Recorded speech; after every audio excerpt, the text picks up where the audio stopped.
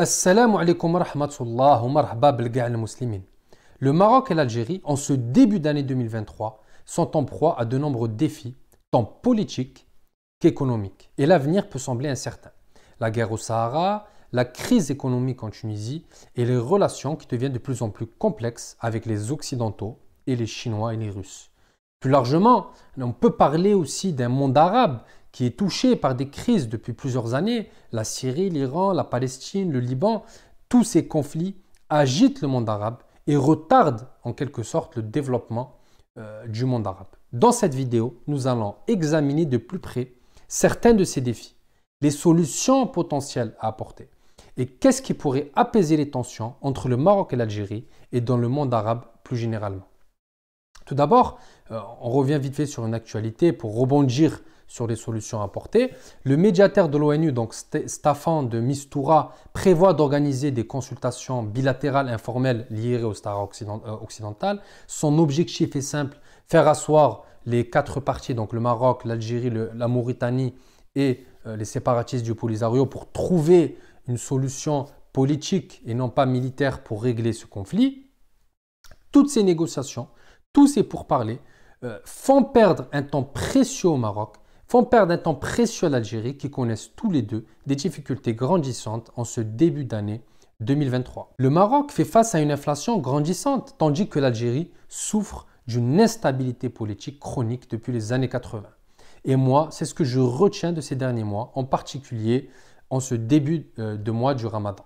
D'ailleurs, je vous souhaite un bon Ramadan. Inch'Allah, yadkhul alaykoum bil khair wa salama ou bil rahma ou bil maghfira. En Algérie, la situation politique est préoccupante, comme en témoigne limogeage dernièrement de nombreux ministres du gouvernement, dont l'Amtan al-Amamara, l'ex maintenant ministre des Affaires étrangères algérien, de nombreuses tensions politiques liées aux prochaines élections présidentielles qui auront lieu en 2024.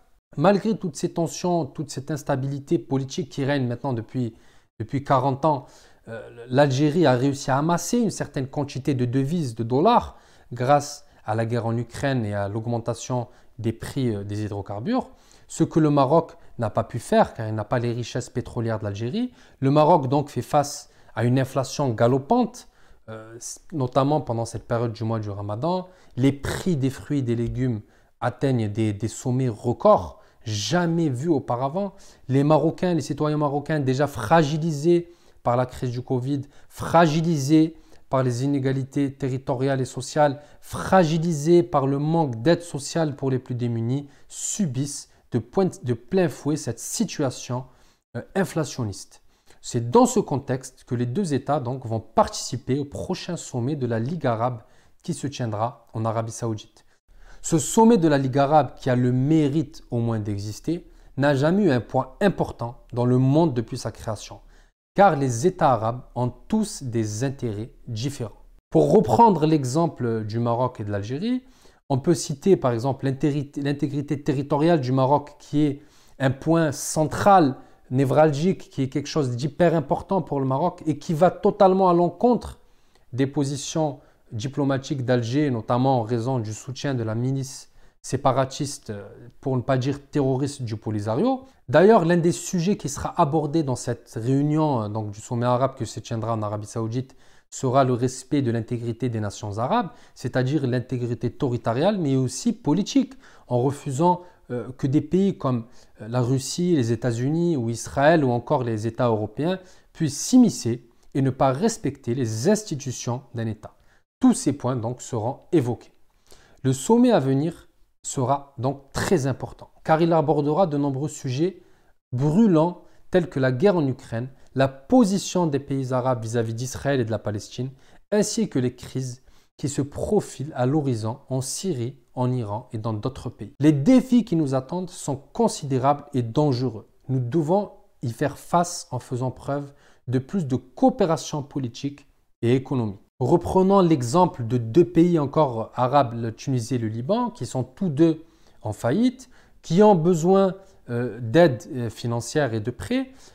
Des pays comme les États-Unis, auparavant dans le passé, ont soutenu l'Europe avec le plan Marshall après la Seconde Guerre mondiale. Pourquoi ne pas envisager un plan Marshall arabe financé par les pays pétroliers et gaziers pour aider les pays en difficulté tels que le Liban, la Tunisie, l'Égypte. Selon les statistiques, la Tunisie a un taux de chômage de plus de 17%, tandis que le Liban est confronté à une faillite, à une crise économique sans précédent. L'Égypte connaît également des difficultés économiques avec une inflation à 2 chiffres et une dette publique qui dépasse les 90%. Il est donc impératif que les pays arabes unissent leurs forces pour aider les pays les plus fragiles de la région. Nous devons travailler ensemble, surmonter les crises qui se profilent, telles que l'inflation, la sécheresse et les crises financières. Nous avons besoin de solutions concrètes, d'une coopération renforcée pour bâtir un avenir pour tous. Un monde arabe fort, c'est un monde arabe uni.